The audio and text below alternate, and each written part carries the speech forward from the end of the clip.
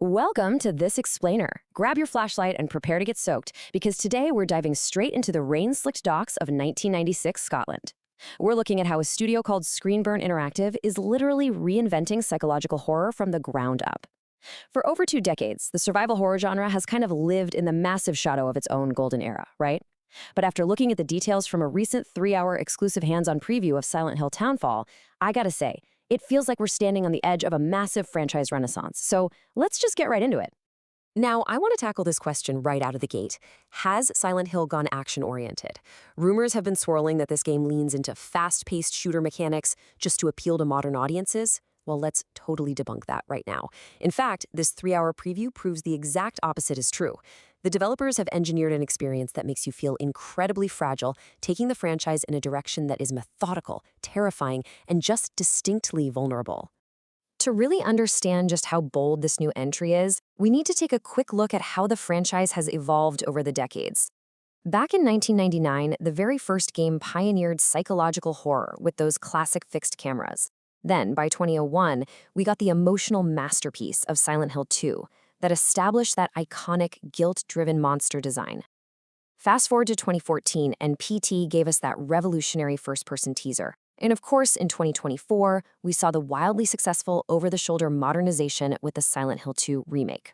All of this sets the stage perfectly for 2026 with Townfall, which looks poised to completely subvert our expectations with a first-person Scottish setting and a totally fresh approach to dread.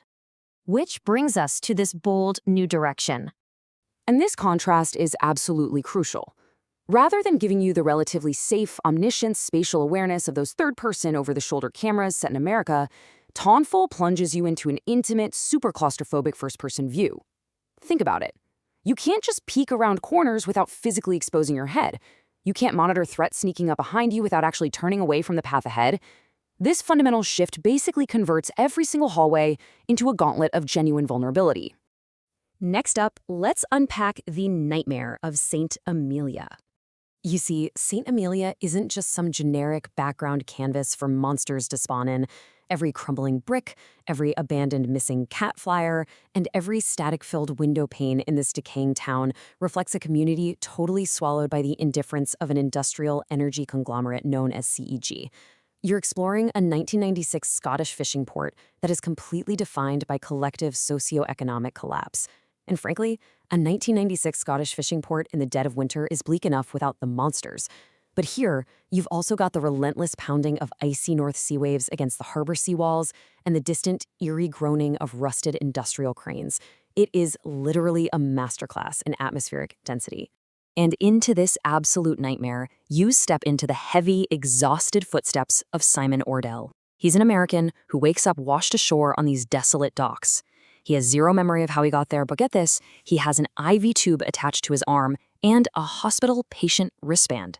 Right off the bat, you feel this intense, grounded, physical vulnerability of being an untrained civilian trying to navigate a deeply hostile environment.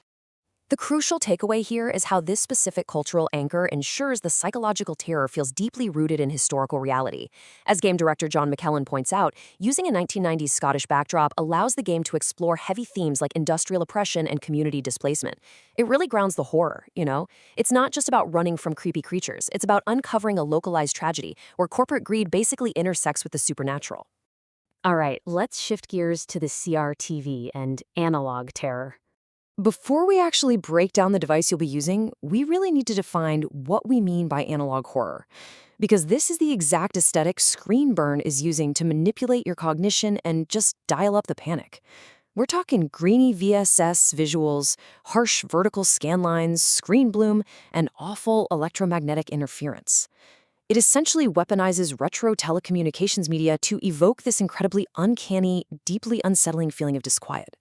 So, sitting right at the mechanical center of the game is the CRTV. It's this clunky, portable combination of a small cathode ray tube television screen, an AM/FM radio tuner, and a signal spectrum analyzer. And it functions in 3 distinct ways. First off, you tune into frequencies to catch these glitching video feeds that give you narrative clues. Second, it actually acts as an analog sonar to track threats, giving you these terrifying, ghostly silhouettes of monsters. And third, you have to use it for RGB frequency calibration to solve environmental puzzles. Basically, the game forces you to constantly juggle puzzle solving, narrative decoding, and desperate white-knuckle survival all at once. Now, let's clarify that technical jargon for a second, because it's a huge part of the game's tension. RGB frequency calibration means you are literally forced to stare at a tiny, glitching screen to manually align red, green, and blue wave channels. You actually have to analyze waveform graphs and adjust multipliers in real time. And here is the kicker. While you're doing this delicate, highly focused mechanical process, you are leaving yourself completely exposed to whatever ambient threats might be lurking in the dark around you. In practice, this creates absolute sensory overload. When Simon operates the device, he raises it directly into his field of vision, so you become partially blind to the dark corridor ahead of you. While you are frantically tweaking these analog dials, you have to rely on the game's 3D spatial audio to listen for the shuffling feet or wet, gurgling breathing of enemies. You hear them getting closer, but you literally cannot see them. It is a phenomenal, terrifying way to induce panic. This naturally leads us to the game's philosophy of survival over combat. Direct combat here is a brutal last resort. Remember, Simon is incredibly fragile. Your stamina is strictly finite, your hands will tremble noticeably when you're under acute stress, and aiming firearms is totally erratic with severe recoil. And hey, don't expect to be some melee hero either. If you try to use a rusted pipe or a wooden plank, it breaks rapidly upon impact, leaving you holding nothing but a useless splinter. Taking just 2 hits will incapacitate you entirely. Even healing is a nightmare. You have to find scarce medical supplies like vintage antiseptic sprays, and applying them happens in real time. If you get attacked while you're patching yourself up, the action is interrupted. To put this into perspective, just think about this. Firing a single unsuppressed shot in an enclosed space will alert surrounding monsters across entire street blocks. You will instantly turn a manageable encounter into a chaotic, lethal ambush. There's just no way around it. Stealth is mandatory. You have to rely on throwing glass bottles to trip car alarms, hiding in cupboards, and carefully managing your movement noise based on the environment. Like, you'll literally need to walk slowly through knee-deep puddles so you don't splash. It's super reminiscent of the deep stealth infrastructure we saw in Alien Isolation. And just as the combat absolutely refuses to hold your hand, the narrative is equally uncompromising.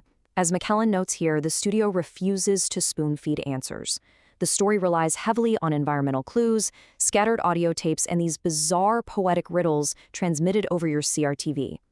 By actively refusing to over-explain the mechanics or the plot points, the developers preserve that surreal dread, forcing you to piece together the tragic lore of St. Amelia all on your own. It's like a giant, terrifying puzzle. Now let's zoom out a bit and look at Konami's decentralized strategy. Looking at this breakdown, you can really see Konami's multi-studio architecture in action. Instead of forcing one single studio to just endlessly churn out sequels, they're allowing specialized teams to take huge creative leaps. You've got Bloober Team handling the cinematic modernization, Neobard's tackling a massive narrative and geographic shift in Japan, and Screenburn focusing entirely on this intimate first-person analog horror. This decentralized strategy is brilliant because it mitigates franchise stagnation and lets indie teams innovate without risking burnout for the entire property. And you know what? This strategic risk is already paying off brilliantly. The preview demo garnered an impressive 88% highly positive sentiment from major outlets. Critics specifically praised the design innovation, actually giving it a 9.4 out of 10 in that category. They highlighted exactly how the CRTV mechanics and that super immersive first-person view combine to create an undeniably fresh, terrifying experience. The technical execution backing this upcoming release is immense, too. Slated for a September 24th, 2026 release on PlayStation 5 and PC, the game is being developed in Unreal Engine 5. It features this stunning photorealistic rendering of decaying Scottish masonry and uses volumetric fog to constantly play tricks on your vision. Plus, if you're on the PS5, it leverages the DualSense adaptive triggers to literally mimic the physical resistance of clicking the CRTV knobs, making that analog technology feel incredibly tactile and real right in your hands. Which leaves us with one final thought today.